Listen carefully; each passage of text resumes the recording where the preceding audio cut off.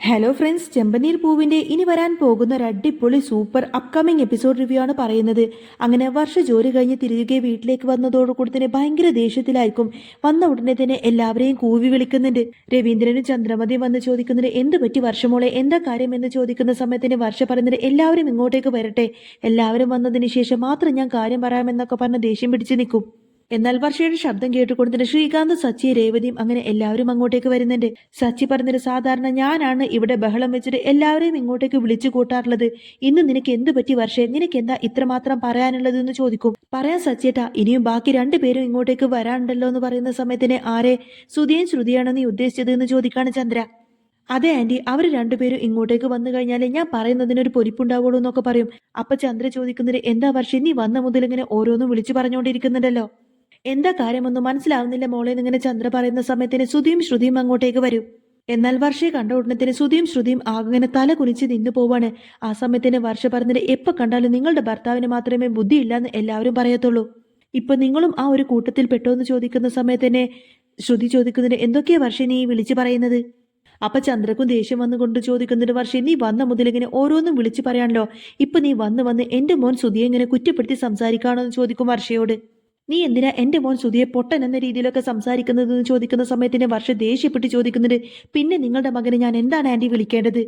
ആദ്യം ഇവൻ 50 ലക്ഷം രൂപ അങ്ങളുടേത് എടുത്തോണ്ട് പോയി, അത് ഒരു പെണ്ണ് ഇവനെ പറ്റിക്കുകയും ചെയ്തു. അത് കഴിഞ്ഞ് വീട് വാങ്ങുക എന്നതിന്റെ പേരിൽ കുറെ പൈസ അങ്ങനെ പോയി. ബിസിനസ്സിലാണെങ്കിൽ വമ്പൻ നഷ്ടം വന്നു. ഇത്രയൊക്കെ ചെയ്തു കൂട്ടിയ നിങ്ങളുടെ മകനെ പിന്നെ പൊട്ടൻ എന്നല്ലാതെ പിന്നെ എന്താ വിളിക്കേണ്ടതെന്നൊക്കെ ചോദിക്കാണ് വർഷ. വീടിന്റെ മുന്നിൽ വലിയ ബോർഡ് തൂക്കിയിട്ടിട്ടൊന്നും കാര്യമില്ല. ഇത്രയൊക്കെ ഡിഗ്രി ഒക്കെ എടുത്തിട്ട് ഇത്രയൊക്കെ പഠിപ്പ് പഠിച്ചിട്ട് നിങ്ങളുടെ മകന് ഇത്തിരിയെങ്കിലും ബുദ്ധിയുണ്ടോ? അവന് ഇത്തിരിയെങ്കിലും ബുദ്ധിയും ബോധമുണ്ടോ എന്ന കാര്യം ആന്റി തന്നെ പറ. ആന്റിയുടെ മനസ്സ് തൊട്ട് പറയണമെന്ന് പറയുന്ന സമയത്തിന് ചന്ദ്രമതി ചോദിക്കുന്നുണ്ട്, നീ എന്താ വർഷേ ഇങ്ങനെയൊക്കെ സംസാരിക്കുന്നത്?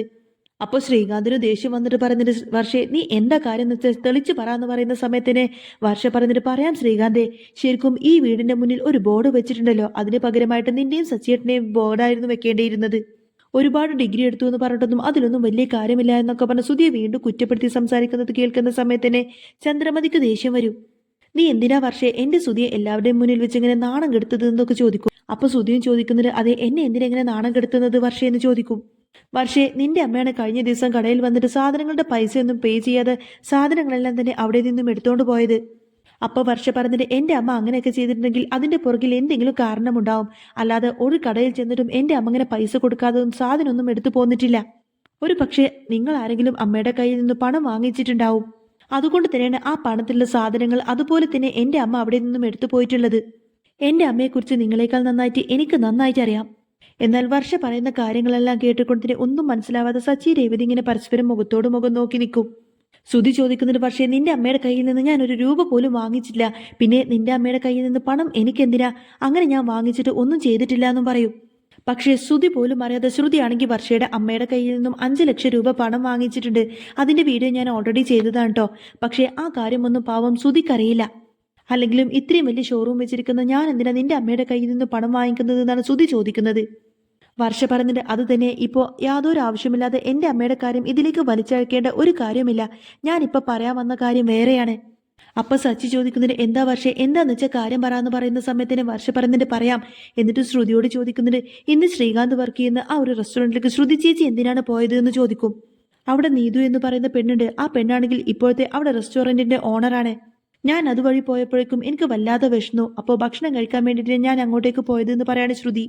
അപ്പോൾ വർഷ പറഞ്ഞിട്ട്, അങ്ങനെ നിങ്ങൾ റെസ്റ്റോറൻറ്റിലേക്ക് ഭക്ഷണം കഴിക്കാൻ പോയിട്ടുണ്ടെങ്കിൽ നിങ്ങൾ ആ കാര്യം മാത്രം ചെയ്യണം. ശരിക്കും അവിടെ എന്താണ് സംഭവിച്ചത് എന്നുള്ള കാര്യം നിങ്ങൾ എല്ലാവരും കണ്ടോളൂ എന്നൊക്കെ പറഞ്ഞുകൊണ്ട് തന്നെ വർഷ ഏതായാലും ടി വിയിൽ ഒരു വീഡിയോ അങ്ങ് പ്ലേ ചെയ്യാണ്. വർഷയുടെ അമ്മ ശ്രീകാന്തിനെ തെറ്റിദ്ധരിക്കുന്നുണ്ട്. ശ്രീകാന്തും ഒരു പെണ്ണും തമ്മിൽ എന്തൊക്കെയോ ബന്ധമുണ്ട് എന്ന് തെറ്റിദ്ധരിച്ചുകൊണ്ട് തന്നെ അവരെ വാച്ച് ചെയ്യാൻ വേണ്ടിയിട്ട് ഒരാളെ അവിടെ ഏർപ്പാടാക്കിയിരുന്നു. ആ ഏർപ്പാടാക്കിയ ആളെടുത്ത് ആ ഒരു വീഡിയോ ആയിരിക്കും എല്ലാവർക്കും മുന്നിൽ വെച്ച് അവിടെ പ്രസന്റ് ചെയ്യുന്നത്. ആ പെണ്ണിന്റെ അടുത്ത് പോയിട്ടായിരിക്കും ശ്രുതി സംസാരിക്കുന്നത്. ആദ്യം നോർമലി ഇങ്ങനെ സംസാരിച്ചു തുടങ്ങും. പിന്നീട് അങ്ങനെ നീതുവിന്റെ മനസ്സിൽ ശ്രീകാന്തിനെ കുറിച്ചുള്ള അഭിപ്രായം എന്തായിരിക്കും എന്നൊക്കെ അറിയാൻ വേണ്ടിയിട്ട് വീണ്ടും വീണ്ടും അതിനെ പറ്റിയിട്ട് ഇങ്ങനെ സംസാരിച്ചു തുടങ്ങുകയാണ്. നീതു ആണെങ്കിൽ ആ റെസ്റ്റോറൻറ്റ് വിട്ടിട്ട് വർഷ പുതിയൊരു റെസ്റ്റോറൻറ്റ് തുടങ്ങിയിട്ടുണ്ട്, അതിലേക്ക് ഒരിക്കലും നീതു പോവരുത് എന്നൊക്കെ വിചാരിച്ച് അവൾ അവിടെ തന്നെ നിർത്താൻ വേണ്ടിയിട്ടുള്ള കാര്യങ്ങളൊക്കെ ചെയ്യുമായിരിക്കും. എന്നാൽ അതിനെക്കുറിച്ചൊക്കെ ഇങ്ങനെ ശ്രുതിയോട് തുറന്നു പറയുന്നുണ്ട്. അങ്ങനെ നീതുവിന്റെ മനസ്സിൽ എന്താണെന്നുള്ള കാര്യങ്ങളൊക്കെ മനസ്സിലാക്കി വെച്ചതിന് ശേഷം ശ്രുതി ഏതായാലും വർഷയെ കുറിച്ചിട്ട് കുറെ അധികം കുറ്റങ്ങളായിരിക്കട്ടെ നീതുവിന് പറഞ്ഞു കൊടുക്കുന്നത്. ശ്രുതി പറയുന്നത് ശ്രീകാന്തും വർഷയും പ്രണയിച്ച് കല്യാണം കഴിച്ചവരാണെങ്കിൽ പോലും അവർ രണ്ടുപേരും തീരെ സ്വരച്ചേർച്ചയില്ല. മാത്രമല്ല എപ്പോ നോക്കിയാലും അവർ രണ്ടുപേരും നല്ല വഴക്കാണ്. ശ്രീകാന്തുമായിട്ട് ഒരിക്കലും മനസ്സമാധാനം കിട്ടാത്തൊരു ജീവിതമാണ് വർഷയുമായിട്ടുള്ളത്. അവരൊരിക്കലും സന്തോഷമായിട്ടൊന്നല്ല ജീവിക്കുന്നത്. അവർക്കിടയിൽ എപ്പോഴും പ്രശ്നങ്ങളാണ്. അതുകൊണ്ട് തന്നെ എപ്പോ വേണമെങ്കിലും അവർക്കിടയിൽ ഒരു ഡിവോഴ്സ് നടക്കാനൊക്കെ ചാൻസ് ഉണ്ട്. അവർ തമ്മിലുള്ള പ്രശ്നം ഗുരുതരമായപ്പോൾ ഒരിക്കൽ വർഷ വക്കീലിനെ പോലും പോയി കണ്ടു. എന്നാൽ ശ്രുതിയുടെ വാക്ക് കേട്ടുകൊണ്ട് തന്നെ നീതു ചോദിക്കുന്നത്, നിങ്ങൾ എന്തൊക്കെയാണ് പറയുന്നത്? ശ്രീകാന്തിനെ പോലെ ഒരാളെ ഭർത്താവായി കിട്ടുക എന്ന് പറഞ്ഞാൽ അതിന് ഭാഗ്യം ചെയ്യണം. എനിക്കെങ്ങാനും ശ്രീകാന്തിനെ പോലെ ഒരു ഭർത്താവിനെ കിട്ടിയിരുന്നെങ്കിൽ ഞാൻ അവനെ നല്ല രീതിയിൽ തന്നെ നോക്കിയേനെ. പക്ഷേ ഇനി എന്ത് ചെയ്യാനാ, എനിക്കതുപോലെ ലൈഫ് പാർട്ട്ണർ കിട്ടിയില്ലല്ലോ എന്നൊക്കെ പറഞ്ഞുകൊണ്ട് തന്നെ ആ ഒരു നീതുവും ഭയങ്കരമായിട്ട് സങ്കടപ്പെടും. അപ്പൊ ശ്രുതി നീതുവിനെ ആശ്വസിപ്പിച്ചുകൊണ്ട് തന്നെ പറഞ്ഞിട്ട്, അതിനിപ്പോ നിങ്ങൾ എന്തിനെങ്ങനെ സങ്കടപ്പെടുന്നത്? ഏത് അവസ്ഥയിൽ വേണമെങ്കിലും എപ്പോ വേണമെങ്കിലും വർഷ ശ്രീകാന്തിനെ ഡിവോഴ്സ് ചെയ്യാനൊക്കെ ചാൻസ് ഉണ്ട്. വർഷ ശ്രീകാന്തിന്റെ ലൈഫിൽ നിന്ന് പോയി കഴിഞ്ഞാൽ പിന്നെ നിങ്ങൾക്ക് അവനെ സ്നേഹിച്ചിട്ട് നിങ്ങളുടെ ജീവിതത്തിലേക്ക് ശ്രീകാന്തിനെ കൊണ്ടുവന്നൂടെ?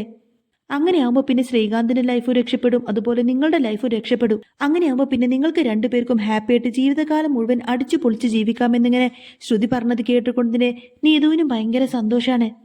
അങ്ങനെ ആയിക്കഴിഞ്ഞാൽ പിന്നെ എൻ്റെ ലൈഫും ഹാപ്പി ആയിരിക്കും എന്നൊക്കെ നീതു ചിന്തിച്ചുകൊണ്ട് തന്നെ ശ്രുതിയോട് പറയുന്നുണ്ട്, നിങ്ങൾ പറയുന്നത് പോലെയൊക്കെ സംഭവിക്കുകയാണെങ്കിൽ ശ്രീകാന്ത് എൻ്റെ ലൈഫിലേക്ക് വന്നു കഴിഞ്ഞാൽ പിന്നെ ഞാൻ ഒരിക്കലും അവനെ കൈവിടില്ല. ഓൾറെഡി വർഷ ഒരു റെസ്റ്റോറന്റ് തുടങ്ങിയിട്ടുണ്ട്. അങ്ങോട്ടേക്ക് ഒരിക്കലും ശ്രീകാന്ത് പോവില്ല എന്ന കാര്യം പറഞ്ഞു. അതുപോലെ തന്നെ അവന്റെ ലൈഫിൽ നിന്നും അവൾ പോവുകയാണെങ്കിൽ പിന്നെ ആ ഭാഗത്തേക്ക് പോലും അവൻ പോവില്ല. ഇപ്പോഴും ശ്രീകാന്ത് എന്നെ മാത്രമാണ് സപ്പോർട്ട് ചെയ്ത് നിൽക്കുന്നത്. അങ്ങനെ എന്നെ മാത്രം സപ്പോർട്ട് ചെയ്ത് നിൽക്കുന്ന ശ്രീകാന്തിന്റെ ലൈഫിൽ മുഴുവനായിട്ട് എന്നെ സപ്പോർട്ട് ചെയ്ത് നിർത്താൻ എനിക്ക് വലിയ പണിയൊന്നുമില്ല. അന്നേരം ശ്രുതി പറഞ്ഞിട്ട്, വർഷം ഏതായാലും പുതിയ റെസ്റ്റോറന്റ് ആരംഭിച്ചാൽ പോലും ശ്രീകാന്ത് ഒരിക്കലും അങ്ങോട്ടേക്ക് പോവില്ല എന്നാ പറഞ്ഞത്. ഇനിയിപ്പോ നിങ്ങളുമായിട്ടൊരു ബന്ധം ആരംഭിച്ചു കഴിഞ്ഞാൽ പിന്നെ ശ്രീകാന്ത് ഒരിക്കലും അങ്ങോട്ടേക്ക് പോകില്ല എന്നൊക്കെ പറഞ്ഞ് നീതുവിന്റെ മനസ്സിൽ പ്രതീക്ഷകളൊക്കെ കൊടുക്കാട്ടോ ശ്രുതി. അല്ലെങ്കിൽ ശ്രീകാന്ത് ഒരിക്കലും അങ്ങോട്ടേക്ക് പോവില്ല. അങ്ങനെ പോവാതിരിക്കാൻ വേണ്ടി തന്നെയാണ് ശ്രീകാന്തിന്റെ കൂടെ വർക്ക് ചെയ്തിരുന്ന കുമാർ എന്ന അയാളെ ഞാൻ അങ്ങോട്ടേക്ക് അയച്ചത്. ശ്രീകാന്ത് ഒരിക്കലും അങ്ങോട്ടേക്ക് പോവാതിരിക്കാൻ വേണ്ടി തന്നെയാണ് കുമാറിനെ അങ്ങോട്ടേക്ക് അയച്ചത് എന്നുള്ള സത്യമെല്ലാം തന്നെ നീതു ശ്രുതിയുടെ അടുത്ത് തുറന്നു പറയുന്നുണ്ട്. എന്നാൽ ഈ ഒരു വീഡിയോ എല്ലാം തന്നെ വീട്ടിലെല്ലാവരും കേൾക്കുന്നതോടുകൂടി തന്നെ എല്ലാവരും ആകെ ഞെട്ടിത്തെറിച്ച് ഷോക്കായി നിൽക്കുകയാണ്. വീഡിയോ ഒക്കെ കണ്ടതിന് ശേഷം സച്ചി വർഷയോട് ചോദിക്കുന്നുണ്ട്, അല്ല വർഷേ, നിനക്ക് എവിടുന്നാ ഈ വീഡിയോ കിട്ടിയത് എന്ന് ചോദിക്കും. വർഷ പറഞ്ഞത്, അത് എൻ്റെ അച്ഛനും അമ്മയും ചെയ്തൊരു ഏർപ്പാടിന്റെ ഫലമായിട്ടാണ് എനിക്ക് ഇങ്ങനെ ഒരു വീഡിയോ കിട്ടിയത്. അമ്മ അറിയുന്ന ഒരാളോട് വർക്ക് ചെയ്യുന്നുണ്ട്, അവർ മുഖേനയാണ് ഈ ഡീറ്റെയിൽസ് ഒക്കെ കിട്ടിയത് എന്ന് പറയും. ഞാൻ പുതുതായി തുടങ്ങിയ റെസ്റ്റോറൻറ്റിലേക്ക് അവിടുത്തെ ഷെഫിനെ പറഞ്ഞയച്ചതിന് ശേഷം എന്നെയും ആ ഷെഫിനെയും വിട്ടിട്ട് വേണ്ടാത്ത കഥകൾ ഉണ്ടാക്കുക. അതിനുശേഷം ശ്രീകാന്തിനെ എൻ്റെ ലൈഫിൽ നിന്നും എന്നേക്കുമായിട്ട് അടിച്ചു പിരിപ്പിക്കണം. അതോടുകൂടി തന്നെ നീതു മാഡത്തിന് ശ്രീകാന്തിനെ സ്വന്തമാക്കാൻ വേണ്ടി തന്നെയാണ് ഇങ്ങനെയൊക്കെ ഓരോ കളികളൊക്കെ കളിച്ചതെന്നുള്ള കാര്യം വർഷ എല്ലാവർക്കും മുന്നിൽ വ്യക്തമാക്കി കൊടുക്കും. ഈ നീതു എങ്ങനെയുള്ള ആളാണെന്നുള്ള കാര്യം എൻ്റെ മുന്നിൽ മനസ്സിലാക്കി തരാൻ വേണ്ടി മാത്രമാണ് അങ്ങനെ ഒരാളെ എൻ്റെ അച്ഛനും അമ്മയും ഏർപ്പാടാക്കിയത്. അതേതായാലും എനിക്ക് വലിയൊരു ഉപകാരമായി തീർന്നു. എൻ്റെ വർഷ ശ്രീകാന്തിനോട് ചോദിക്കുന്നുണ്ട്, ശ്രീകാന്ത് നീ പറ, ഇത്ര മാത്രമൊക്കെ ഞാൻ നിന്നെ ടോർച്ചർ ചെയ്യുന്നുണ്ടോ എന്ന് ചോദിക്കും വർഷ. അപ്പൊ ശ്രീകാന്ത് ചോദിക്കുന്നുണ്ട്, വർഷേ നീ എന്താ എന്നോട് അങ്ങനെയൊക്കെ പറയുന്നത് എന്ന് ചോദിക്കുന്ന സമയത്തിന് വർഷ പറഞ്ഞിട്ട്, പിന്നല്ലാതെ നിന്റെ ചേച്ചി, നിന്റെ ശ്രുതി ചേച്ചിയല്ലേ അങ്ങനെയൊക്കെ പറഞ്ഞത്? ചേച്ചി എന്തിനാ അങ്ങനെ ആവശ്യമില്ലാത്ത കാര്യങ്ങളൊക്കെ പറഞ്ഞുണ്ടാക്കുന്നത്? നിങ്ങളുടെ ഭർത്താവ് നിങ്ങളെ കല്യാണം കഴിക്കുന്നതിന് മുൻപേ തന്നെ മറ്റൊരു പെണ്ണുമായിട്ട് ലിവിങ് ടുഗദർ ഒക്കെ നടത്തിയിരുന്നതല്ലേ? അതുപോലെ തന്നെ ശ്രീകാന്തിനും ഇങ്ങനെ എന്തെങ്കിലും ചീത്തപ്പേര് വരുത്തണമെന്ന് വിചാരിച്ചു തന്നെയാണ് നിങ്ങൾ എങ്ങനെയൊക്കെ ചെയ്തതെന്നൊക്കെ ചോദിക്കട്ടെ വർഷ. അല്ലെങ്കിൽ പിന്നെ എൻ്റെ ജീവിതം നശിപ്പിക്കാൻ വേണ്ടിയിട്ടാണ് ശ്രുതി ചേച്ചി ഇങ്ങനെയൊക്കെ എനിക്ക് പാര വെക്കുന്നത് എന്ന് ചോദിക്കും. അതുമാത്രമല്ല, എൻ്റെ അമ്മ എൻ്റെ അടുത്ത് പറഞ്ഞിട്ടുണ്ട് നിങ്ങൾ എന്തിനു വേണ്ടിയിട്ടാണ് ഈ കാര്യങ്ങളൊക്കെ ഒപ്പിച്ചതെന്നുള്ള കാര്യം എൻ്റെ അമ്മ എൻ്റെ അടുത്ത് പറഞ്ഞിട്ടുണ്ട് എന്ന് പറയും ശ്രുതിയോട്. അന്നേരം അത് കേട്ടുകൊണ്ടിരുന്ന ചന്ദ്രമതിയും അതുപോലെ രവീന്ദ്രനും ചോദിക്കുന്നത്, എന്തിനാണ് വർഷേ ശ്രുതി ഇങ്ങനെയൊക്കെ ചെയ്തതെന്ന് ചോദിക്കാണ് വർഷയോട്. അപ്പൊ വർഷ പറഞ്ഞത്, എൻ്റെ അമ്മയുടെ കയ്യിൽ നിന്നും ശ്രുതി ചേച്ചി 5 ലക്ഷം രൂപ കടമായി വാങ്ങിച്ചിരുന്നു. ആ പണം തിരികെ ചോദിച്ചപ്പോഴേക്കും എൻ്റെ കയ്യിൽ പണമില്ലെന്ന് പറഞ്ഞു. അതുകൊണ്ട് തന്നെയാണ് എൻ്റെ അമ്മ അവരുടെ കടയിൽ പോയിട്ട് അത്രയും മൂല്യമുള്ള സാധനങ്ങളൊക്കെ അവിടെ നിന്നും എടുത്തുകൊണ്ട് പോയത് എന്നൊക്കെ പറയും വർഷ. ഇപ്പൊ പണം തിരികെ തരാത്തത് കൊണ്ട് തന്നെ വേറെ എന്തെങ്കിലും പണി ഒപ്പിച്ചാൽ മാത്രമേ ആ പണം ഈടാക്കാൻ പറ്റുള്ളൂ എന്ന് ചിന്തിച്ചുകൊണ്ട് തന്നെയാണ് എൻ്റെ അച്ഛനും അമ്മയും അങ്ങനെ ചെയ്തത്. പിന്നെ എനിക്കും ശ്രീകാന്തിനും ഇടയിൽ എന്തെങ്കിലും പ്രശ്നം വന്നു കഴിഞ്ഞാൽ പിന്നെ ഞങ്ങളുടെ ബന്ധം തകരുമല്ലോ. അപ്പൊ പിന്നെ ഇവർ കടം കൊടുക്കാനുള്ള ആ ഒരു പണം ആരും ചോദിച്ചു വരില്ല. അതുകൊണ്ട് അതൊക്കെ മറച്ചു വെക്കാൻ വേണ്ടി തന്നെയാണ് ശ്രുതി ചേച്ചി മനഃപൂർവ്വം ഇങ്ങനെ ഓരോ കാര്യങ്ങളൊക്കെ ഒപ്പിച്ചു വെച്ചത്. എന്നിട്ട് വർഷ ചോദിക്കുന്നുണ്ട്, ഇപ്പൊ നിങ്ങളുടെ ജീവിതത്തിലേക്ക് നുഴഞ്ഞു കയറി വന്നുകൊണ്ടിന് ഇതുപോലൊരു പണി ഞാൻ നിങ്ങൾക്ക് തിരികെ തന്നു കഴിഞ്ഞാൽ അത് നിങ്ങൾക്ക് സഹിക്കുമോ എന്നൊക്കെ ചോദിക്കും വർഷ. എന്നാൽ ശ്രുതി കുടുംബത്തിന് ഇത്ര വലിയൊരു അപമാനം വരുത്തി വെക്കുമെന്ന് ചന്ദ്രമതി ഒട്ടും തന്നെ പ്രതീക്ഷിച്ചിരുന്നില്ല. ശ്രുതിയുടെ മുഖമൂടി അങ്ങ് വലിച്ചു കീറുന്നതോടുകൂടി തന്നെ ചന്ദ്രമതിക്ക് ദേഷ്യം വന്നുകൊടുത്തിട്ട് ചന്ദ്രമതി ശ്രുതിയെ അടിക്കാൻ വേണ്ടിയിട്ട് ഇങ്ങനെ കയ്യോങ്ങി ചെല്ലും. അപ്പോഴേക്കും രവീന്ദ്രൻ തടഞ്ഞു നിർത്തുന്നുണ്ട്. എടി മര്യാദക്ക് എന്റെ വീട്ടിൽ നിന്നും ഇറങ്ങിപ്പോടി, ഇനി നീ ഇവിടെ നിൽക്കണ്ട എന്നൊക്കെ പറഞ്ഞുകൊണ്ട് തന്നെ ശ്രുതി അടിക്കാൻ വേണ്ടിയിട്ട് കയ്യോങ്ങായിക്കോട്ടെ ചന്ദ്ര. ആ സമയത്തിന് രവീന്ദ്രൻ അങ്ങ് തടയുന്ന സമയത്തിന് ചന്ദ്രമതി ചോദിക്കുന്നുണ്ട്, എന്താ രവിയേട്ടായത്, ഇത്ര വലിയൊരു തെറ്റിവൾ ചെയ്തിട്ട് ഇവൾ അടിക്കണ്ടെന്നാണ് നിങ്ങൾ ഈ പറയുന്നത് എന്ന് ചോദിക്കും. അപ്പൊ രവീന്ദ്രൻ പറഞ്ഞിട്ട് ഇവൾ അടിക്കണ്ട എന്നല്ല, പക്ഷെ ഇവൾ അങ്ങനെ ഒരു തെറ്റ് ചെയ്തിട്ടുണ്ടെങ്കിൽ അതിനൊരു കാരണക്കാരി നീയും കൂടിയാണ്. നിന്റെ ഈ പണത്തിനോടുള്ള ആക്രാന്തം അല്ലെങ്കിൽ പണത്തിനോടുള്ള ആർത്തിയാണ് ശ്രുതിയെ ഇങ്ങനെയൊക്കെ എത്തിച്ചത്. അപ്പൊ ചന്ദ്രമതി ചോദിക്കുന്നുണ്ട്, എന്ന് വിചാരിച്ച് ഒരാളുടെ ജീവിതം തകർക്കുന്ന പണിയല്ലേ ഇവളീ ചെയ്തത്? യാതൊരു കുഴപ്പമില്ലാതെ നല്ല രീതിയിൽ കഴിയുന്ന എന്റെ വർഷയുടെ ശ്രീകാന്തിന്റെ ജീവിതമാണ് ഇവൾ തകർക്കാൻ നോക്കിയത്. അതുകൊണ്ട് ഇവളെ ഞാൻ ഏതായാലും വെറുതെ വിടില്ല എന്നൊക്കെ പറഞ്ഞ് ചന്ദ്ര ഭയങ്കര ദേഷ്യത്തിലായിരിക്കും. അന്നേരം രവീന്ദ്രൻ ചന്ദ്രമതി ഇങ്ങനെ തടയുന്നുണ്ട്. ആ സമയത്തിന് ശ്രീകാന്ത് ഇങ്ങനെ ശ്രുതിയോട് ചോദിക്കുന്നുണ്ട്, ശ്രുതി ചേച്ചി, എപ്പോഴെങ്കിലും നിങ്ങളുടെ ജീവിതത്തിലേക്ക് ഞങ്ങൾ എന്തെങ്കിലും കാരണം പറഞ്ഞു വന്നിട്ടുണ്ടോ? നിങ്ങളുടെ ജീവിതത്തിൽ നിങ്ങൾക്ക് എന്തെങ്കിലും മോശം വരുന്ന രീതിയിൽ ഞാൻ എന്തെങ്കിലും ചെയ്തിട്ടുണ്ടോ? ഇതേ ചോദ്യം തന്നെ വർഷയും ആവർത്തിച്ച് ചോദിക്കുന്ന സമയത്തിന് ശ്രീകാന്തും വർഷ ഇങ്ങനെ ആവർത്തിച്ച് ചോദിക്കാണ്. അതോടുകൂടി തന്നെ ഉത്തരം പറയാൻ പറ്റാത്ത രീതിയിൽ ഇങ്ങനെ തലകുനിച്ച് നിന്നു പോവാണ് ശ്രുതി. എന്നാൽ ഇതെല്ലാം കേട്ടിട്ട് ഒട്ടും സഹിക്കാൻ വയ്യാതെ അങ്ങനെ ദേഷ്യപ്പെട്ട് നിൽക്കുമായിരിക്കട്ടെ ശ്രുതി. കാരണം ഈ ഒരു കാര്യമൊന്നും തന്നെ ശ്രുതിയോട് ശ്രുതി പറഞ്ഞിരുന്നില്ല. അങ്ങനെ മറ്റു നിവൃത്തിയില്ലാത്തത് കൊണ്ട് ശ്രുതി ഏതായാലും മാപ്പ് ചോദിക്കുന്നുണ്ട്. നിങ്ങൾ എന്നോട് പൊറുക്കണമെന്നൊക്കെ പറഞ്ഞ് മാപ്പ് ചോദിക്കുന്ന സമയത്തിന് വർഷ ചോദിക്കുന്നുണ്ട്, അങ്ങനെ നിങ്ങൾക്ക് ഇഷ്ടമുള്ളതുപോലെ നിങ്ങൾ ഓരോ കാര്യങ്ങളൊക്കെ ചെയ്തു വെച്ചിട്ട് നിങ്ങൾ എന്നോട് മാപ്പ് ചോദിച്ചു കഴിഞ്ഞാൽ ഇതെല്ലാം തന്നെ മാഞ്ഞു പോകുമെന്നാണ് ഏട്ടത്തി വിചാരിച്ചു വെച്ചിരിക്കുന്നത്. ഏതായാലും നിങ്ങൾ ഇങ്ങനെ ഒരു കാര്യം ചെയ്തു വെച്ചതുകൊണ്ട് എനിക്കൊരു ഉപകാരമുണ്ടായി. ശ്രീകാന്ത് ഏതായാലും എന്റെ റെസ്റ്റോറന്റിലേക്ക് ഉടനെ തന്നെ വരൂ. നീതുവിന്റെ യഥാർത്ഥത്തിലുള്ള സ്വഭാവം എന്താണെന്നുള്ള കാര്യം ശ്രീകാന്തിന് കാണിച്ചു കൊടുക്കാൻ വേണ്ടിയിട്ട് നിങ്ങൾ എന്നെ സഹായിച്ചു. ആ ഒരൊറ്റ കാരണം കൊണ്ട് മാത്രമാണ് ഞാനിപ്പോൾ നിങ്ങളെ വെറുതെ വിടുന്നത്. എന്നിട്ട് വർഷം നേരെ ശ്രീകാന്തിനോട് ചോദിക്കുന്നുണ്ട്, ഇനി നീ നീതുവിന്റെ റെസ്റ്റോറന്റിലേക്ക് വർക്ക് ചെയ്യാൻ വേണ്ടി പോകുമെന്ന് ചോദിക്കുന്ന സമയത്തിന് ശ്രീകാന്ത് പറയുന്നത്, ഇനിയിപ്പോൾ നീ പറഞ്ഞാൽ പോലും ആ റെസ്റ്റോറന്റിലേക്ക് ഞാൻ ഇനി പോവത്തേ ഇല്ല എന്ന് പറയും.